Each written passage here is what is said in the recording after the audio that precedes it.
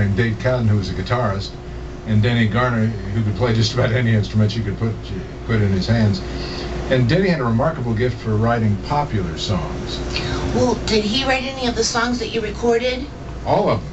Yeah, no, he wrote words that they always told an appealing story, you know, usually love stories. Melodies that were instantly memorable, I thought, and he finished them off with the chords. And the great thing about Denny's songs was anybody could play them. The only song we ever recorded that he didn't write was a song my mother wrote on her radio show in college called "Doing Me Right." Almost everything else is Denny's material. Ooh, that is neato. Now, where did your mom grow up? Independence also. Oh, cool. Did any of your recordings see any action on the record charts? Yes, in fact, 3 of them did pretty well. Julie, our first release, climbed to #4 as a single. Continued selling 45s for about a year.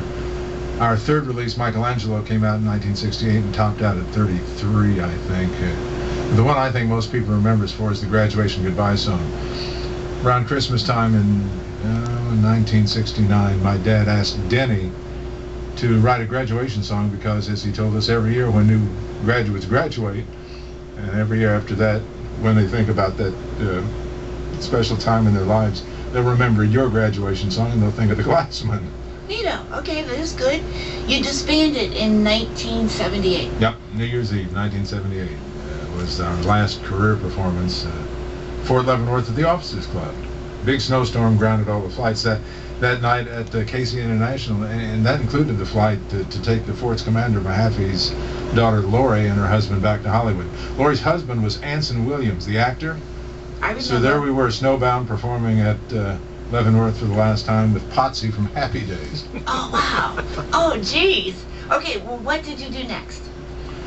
Well, let's see, I graduated from the Conservatory of Music at UMKC, so I was hired as the band and orchestra director at Southeast Junior High School, taught for a semester. And on the weekends, to earn extra income, I worked with a fellow named Paul Wells, an advertising writer and producer with Valentine Bradford, and I'd turn his words into jingles for the agency. I can play piano and organ. Do you need one of those? In as much as I don't play all that much anymore, I could sure use the help. Oh, okay. Which commercial clients' jingles did you write? Or rather, did you compose? Yeah, well, the composing, as I say, it was like being in the band, you know, the CLASSMEN, a team effort. In the band, Denny Garner, you know, would write our basic songs, and then I'd do some editing and rewriting. Then I'd arrange the parts for each member to play and sing and record that way.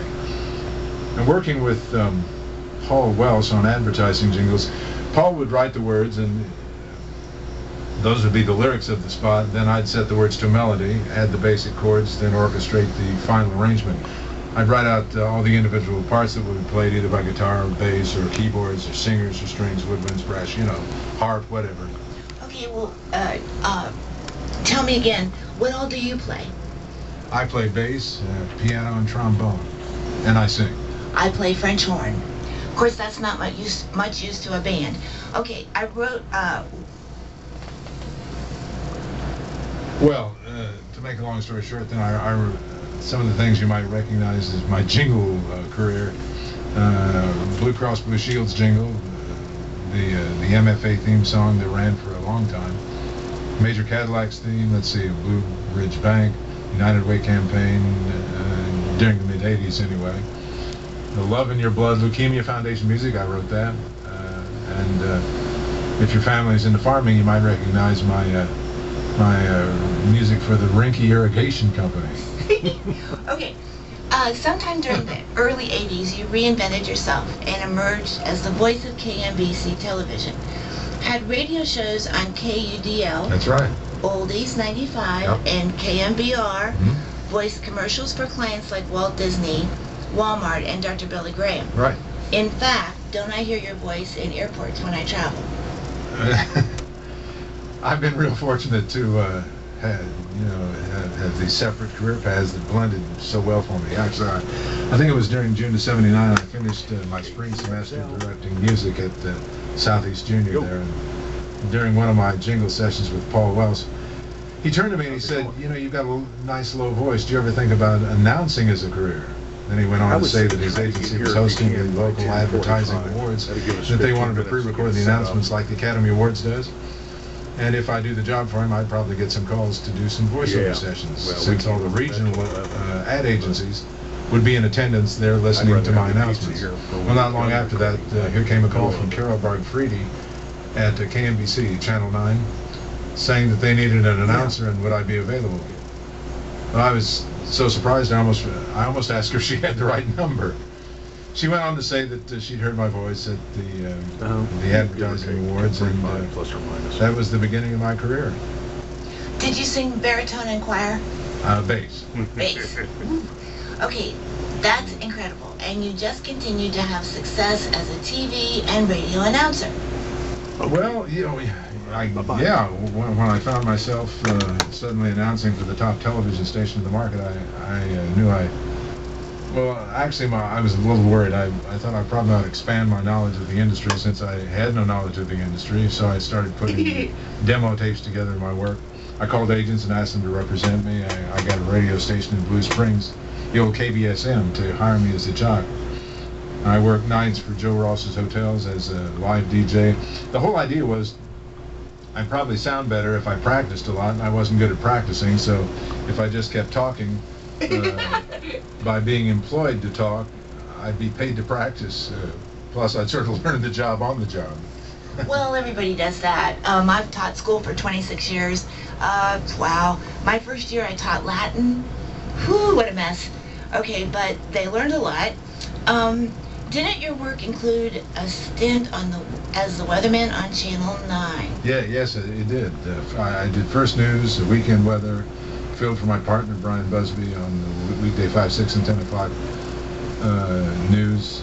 That was 1986, I guess, to 1991. During that time, I hosted an evening show on KUDL radio. We started Drew's Preview and became the movie reviewer on Channel 9 News for 5 years. Started getting on-camera work for Hallmark Cards, Safeway, Brandsmart. In addition to the fact that my voice career at this point included voiceover work for WCTV Boston, WTAE Pittsburgh, and I was hired to do all the voice work for the Christian evangelist Oral Roberts and his international television ministry. Whoa! Well, when I went to school at Kent State University, I did the weather, and everyone cracked up laughing because I said it was negative 38 degrees. That was in Ohio. Okay. Oh, I've done worse. I heard that you now do announcing for a dozen or so Christian ministries, and that's where I I'm so interested, including Dr. Billy Graham. Yeah, that's true. When I became Oral Roberts' voice, it really publicized me to the Christian media community that I didn't even know existed. And I started doing work for Promise Keepers rallies. When you're sitting at a Promise Keeper rally and at a stadium, and that announcement comes over saying, "Welcome, men of God, to Promise Keepers." Well, that's me. I started doing commercial voice work for a Christian rock singer named Carmen, and I also did some work for Point of Grace, introducing their albums on radio. I became the voice of Lakewood Church for Minister John Osteen, whose son Joel Osteen, and I produced all his shows. Joel now is the pastor of Lakewood Church. John passed away about 2001 or so. I went on the air as the voice of ever-increasing faith for Dr. Frederick Casey Price in Los Angeles. I began voicing Dr. Billy Graham's specials in 2002 and did some work for his son Franklin Graham and his ministry. Okay, my ministry is the Way Ministry, and Dr. Victor Paul Werewell was interested and best friends with Casey Price. Oh, yeah. And, well, that's where I'm from. My daughter loves him, and he's even called her for different and various things, and my daughter